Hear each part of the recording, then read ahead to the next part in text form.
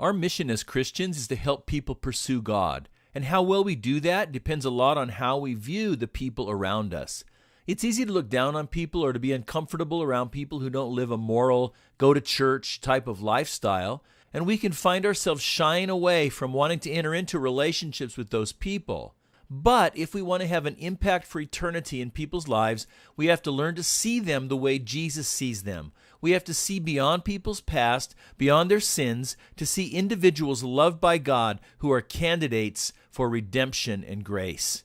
And we get a great example of that in Luke chapter 7. One of the Pharisees asked Jesus to have dinner with him, so Jesus went to his home and sat down to eat. When a certain immoral woman from that city heard he was eating there, she brought a beautiful alabaster jar filled with expensive perfume. Then she knelt behind him at his feet, weeping. Her tears fell on his feet, and she wiped them off with her hair. Then she kept kissing his feet and putting perfume on them. When the Pharisee who had invited him saw this, he said to himself, "If this man were a prophet, he would know what kind of woman is touching him. She's a sinner." Now down in verse 44, then he turned to the woman and said to Simon, "Look at this woman kneeling here. When I entered your home, you didn't offer me water to wash the dust from my feet, but she has washed them with her tears and wiped them with her hair. You didn't greet me with a kiss, but from the time I first came in, she has not stopped kissing my feet.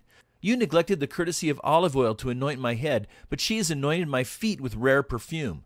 I tell you, her sins, and they are many, have been forgiven, so she has shown me much love. But a person who is forgiven little shows only little love." Then Jesus said to the woman, "Your sins are forgiven." Now I want you to notice how Simon the Pharisee viewed this woman. He saw her as, in verse 37, a woman who had lived a sinful life. That was certainly true about her, but that was his paradigm for understanding her. And in verse 39, he was offended that she would think to intrude on the righteous people of town.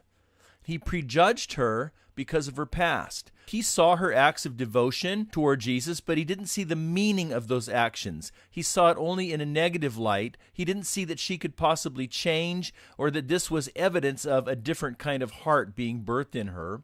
Because of that, he assumed her limitation. In other words, he didn't think that she could change. She was locked into sinfulness. Once a sinner, always a sinner. So he had no hope for her. He had closed the book on her.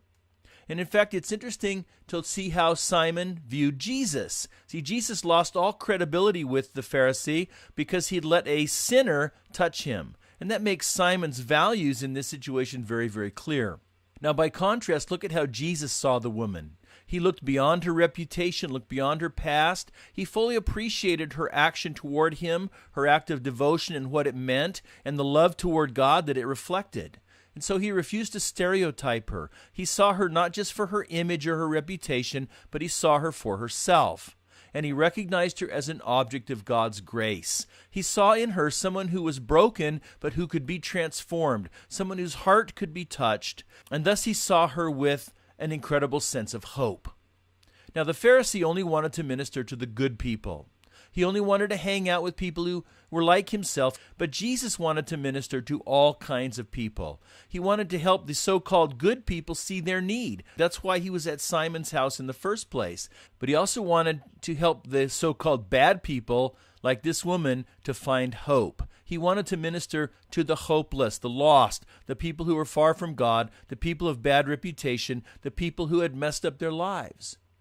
And if we view people like Jesus did, then we don't write people off because of their past or because of their lifestyle. We see in others the potential to respond to God's grace. We see others as recipients of the grace and the goodness of God. Why don't you take a minute and talk about that?